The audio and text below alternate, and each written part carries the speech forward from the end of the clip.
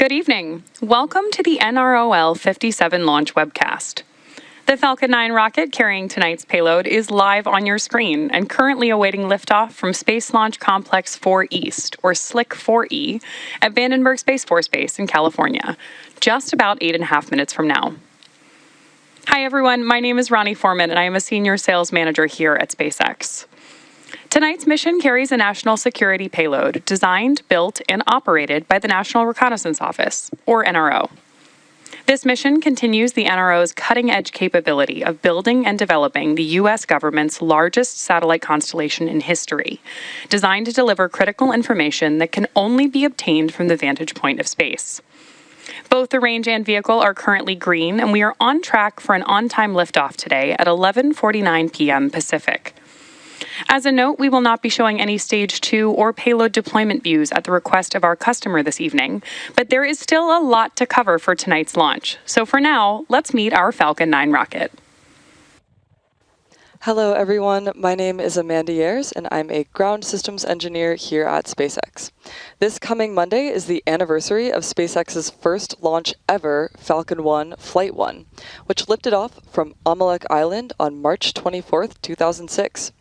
While it did not complete its mission, SpaceX has come a long way since then. Falcon 1 made its final flight in 2009 before it was retired, but it paved the way for our trusty Falcon 9 rocket, which has completed 447 missions to date. Falcon 9, which you can see on your screen, is a two-stage rocket developed and manufactured by SpaceX and known for its safe, reliable, and cost-effective access to space. It is also the first orbital-class rocket capable of reflight. Engine chill has started. Good call out there for engine chill. Now, this first stage booster is performing its fourth flight supporting this mission. Together, Falcon 9 and Falcon Heavy have completed more than 450 launches and over 380 reflights. Today, this first stage booster will be attempting to return to Earth and land at Landing Zone 4 at Vandenberg Space Force Base. Rapid reusability of this kind drastically reduces launch costs, helps increase launch frequency, and enables a wide array of new government, commercial, and scientific opportunities in space. Lowering the cost of access to space is helping us take... Stage 1 RP1 load is complete. Good call out there for Stage 1 RP1 load. Lowering this cost of access to space is a major part in taking humanity's next steps into the solar system, whether low Earth orbit, geosynchronous orbit, interplanetary, or even deep space. Now, when costs are lower, government and commercial customers can launch more missions, which helps accelerate development. This also helps commercial satellite and private research customers afford to launch more projects to space, which helps stimulate innovation in turn here on Earth. Missions like SpaceX's Transporter and Bandwagon rideshare programs help make access to space even more affordable by sharing the cost of a single launch across many customers. So all of this is to say, reusability is the key innovation that is making space more accessible for the industry as a whole. Now back to tonight's mission. Both the weather and vehicle continue to look good for an on-time liftoff. Let's talk about what to expect in the lead-up. Coming up shortly, the Transporter Erector, or the TE, will retract away from the Falcon rocket.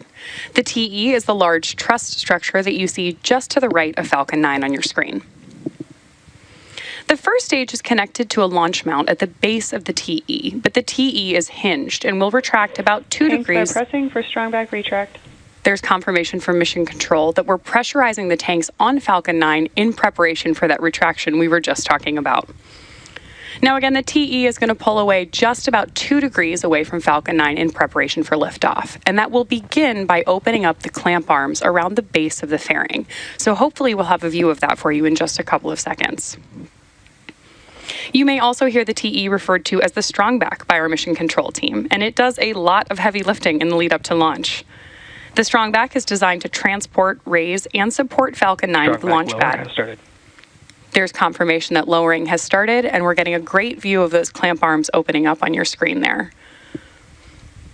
Falcon 9's payload fairing is about 17 feet in diameter, so just for a quick frame of reference, the fairing on your screen would house roughly an average-sized fire truck.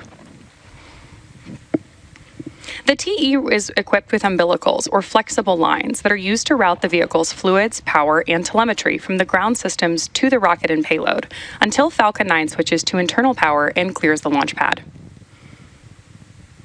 You can see the TE pulling away from Falcon there. And just at liftoff, we'll see it move back to a full 45-degree retraction to clear the way for Falcon 9's ascent. At this point in the countdown, both the first and second stages are nearly fully loaded with 1 million pounds of rocket-grade kerosene fuel and liquid oxygen. The first and second stages should finish propellant loading about a minute apart from each other. We're expecting the call-out for first stage completion at the T-3 minute mark, and the second stage call-out should be at T-2 minutes. As you may have noticed, there are white clouds forming around the vehicle on our launch pad right now. Those clouds are comprised of chilled gas from above the surface of the liquid oxygen tank that is vented overboard to maintain pressure in the tanks as needed. When that vented oxygen mixes with the warmer California coastal air, it condenses into clouds. Stage 1 LOX load complete.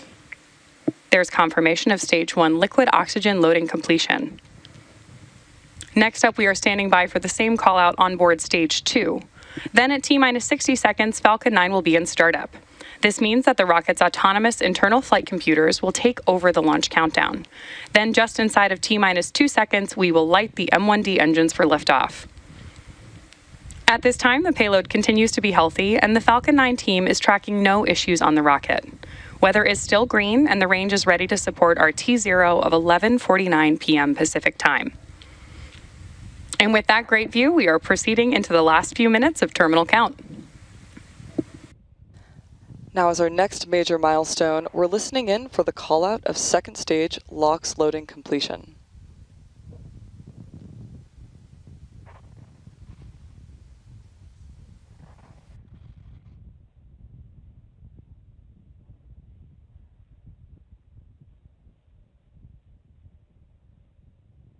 There you see a great view of those white clouds. Stage 2 LOX load complete. Great confirmation of Stage 2 LOX loading completion. So the first and second stages are now fully loaded with over 1 ground million. gas closeouts. Confirmation of gas closeouts beginning, and you may begin to see a noticeable increase in white cloud formation near the vehicle. This is the result of a nominal ground side process where the TE liquid oxygen feed line is vented down ahead of liftoff. If you listen closely, you can actually hear the sound of that large line venting down on the launch pad. Standing by now for confirmation of Falcon 9 in startup at T-1 minute. Falcon 9 is in startup. At this point, the autonomous flight computers will take over the launch countdown, and stages 1 and 2 will pressurize for launch. Finally, we are awaiting the final go directive from the launch director. Launch director is go for launch.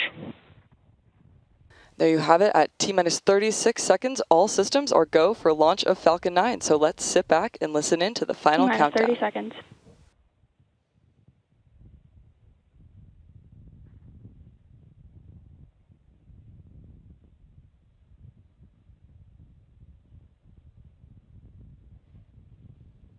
T-15 seconds. 10, 9, 8, 7, 6, 5, 4, 3, 2, 1. Ignition. Liftoff of the Falcon 9. Go SpaceX, go NROL-57.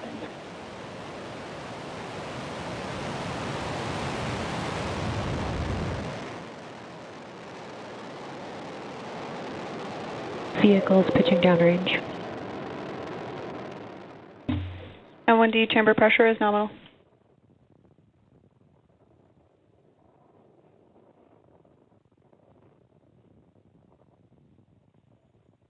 At T+30 seconds and counting, Falcon 9 has successfully lifted off from Slick 4E at Vandenberg Space Force Base in California. In case you're just joining us, these awesome ascent views are of the NROL-57 mission for the National Reconnaissance Office. And we had an on-time liftoff tonight at 11:49 p.m. and are getting good news from Mission Control that power and telemetry are looking good on board the vehicle. Falcon 9 is supersonic. And the Falcon 9 is now moving faster than the speed of sound. Coming up next, the vehicle will be passing through Max Q, which is the point in the mission profile. Max Q. Right on schedule. The vehicle has experienced the greatest amount of aerodynamic pressure that it will see on ascent. Now coming up next, we'll have several events happening in quick succession, starting with main engine cutoff, followed by stage separation, second engine start 1, and then our boost back burn. Main engine cutoff, or MECO for short, is where all 9 Merlin 1D engines shut down to slow the vehicle down in preparation for stage sep, when the first chill has started. And second stages will separate from each other. We also heard that call out from Mission Control that we're chilling our second stage engine in preparation for startup. The MVAC engine on the second stage will light for the first time during second engine start 1, which we'll hear called out as SES1. This engine burn will last for several minutes and propel the second stage and the payload to their intended orbit. Our boost back burn will assist the first stage in returning to its recovery location at landing zone 4, also at Vandenberg Space Force Base. In addition to these major events, the fairing halves will separate about 30 seconds after SES1. So keep an eye out for all of those events coming up here in just a couple of seconds. But as a reminder, we won't have... Main engine cutoff. Stage separation confirmed.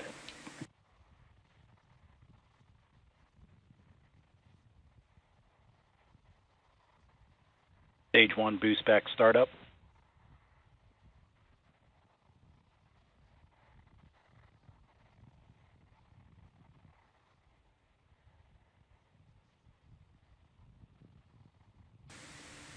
We've had confirmation now of MECO, stage separation, and boost back burn startup, and are getting incredible views from our tracking camera right now. Now, as a reminder, we're not showing any views of the Falcon 9 second stage or payload today at the request of our customer. We are, however, standing by for that call out for fairing deployment. Fairing separation confirmed. Right on schedule. Both payload fairing halves supporting today's mission are flight proven. One half is flying for its 17th time and the other for its 4th. We will, of course, be attempting to retrieve these fairing halves again today once they fall back to Earth with our recovery vessel Go Beyond. Stage 1 boost back shutdown. And we have confirmation of boost back burn shutdown. We are currently at T plus 3 minutes and 30 seconds into tonight's mission following a successful liftoff from Both Vandenberg vehicles Space. are following nominal trajectories. Good call out for trajectories. Our nominal liftoff time today was 11:49 p.m. Pacific time. And coming up in just a few minutes will be the entry burn of the Falcon 9 booster as it continues on its journey towards landing zone 4. This entry burn is the second of 3 burns that Falcon 9 will complete in its descent. Now, as a reminder, tonight's mission is a return to launch site recovery, which involves landing the first stage back at Vandenberg Space Force Base at landing zone 4, which is just a short distance from Space Launch Complex 4 East.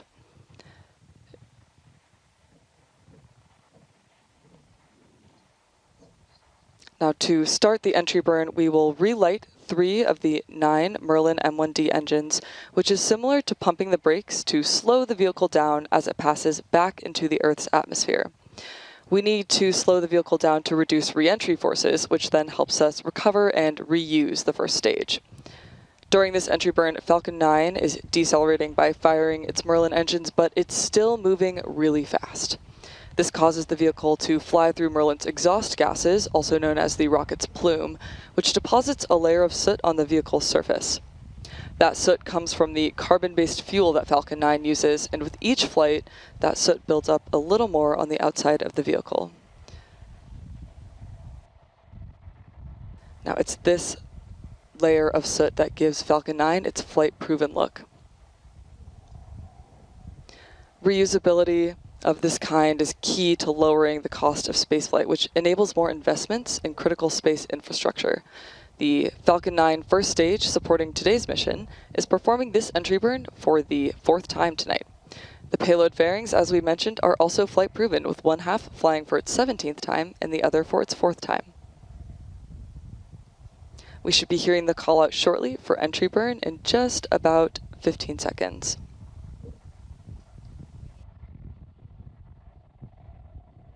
Now, as a reminder, we will not be sharing any views of our second stage this evening at the request of our customer, and we are currently awaiting views of that first stage on its descent. Stage 1, entry burn startup. Good confirmation there of entry burn startup. Now this is, again, a short burn, and it is designed to slow the vehicle down in preparation for its final landing burn.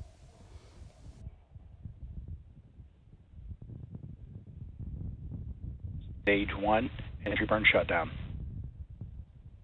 Now coming up next will be that first stage landing burn. Trajectory nominal. And on the way down, Falcon 9 is not only using the M1D engines, but also its 4 titanium grid fins at the top of the booster for stability and guidance. Stage 1, FTS is saved. Good call out there for FTS safe.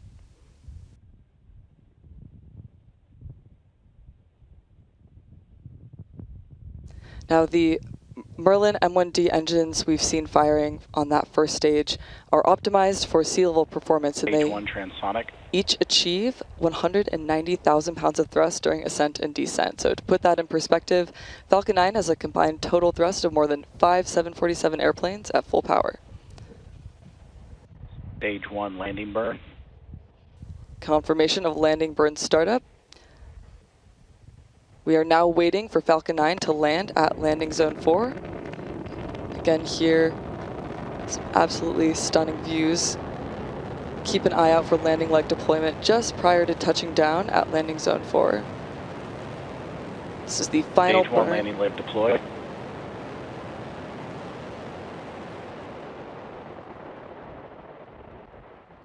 Stage 1, landing confirmed.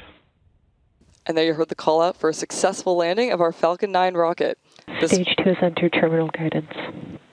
This was the 4th launch and landing for this first stage booster.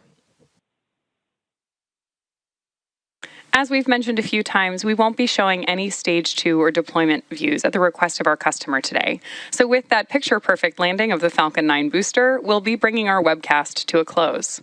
We'd like to thank the NRO for entrusting us with today's mission, and we'd also like to thank the Range and Federal Aviation Administration for their support. If you're interested in more launch coverage, be sure to check out spacex.com/launches and follow @SpaceX on X for the most up-to-date information. Thanks for tuning in, and we'll see you again soon.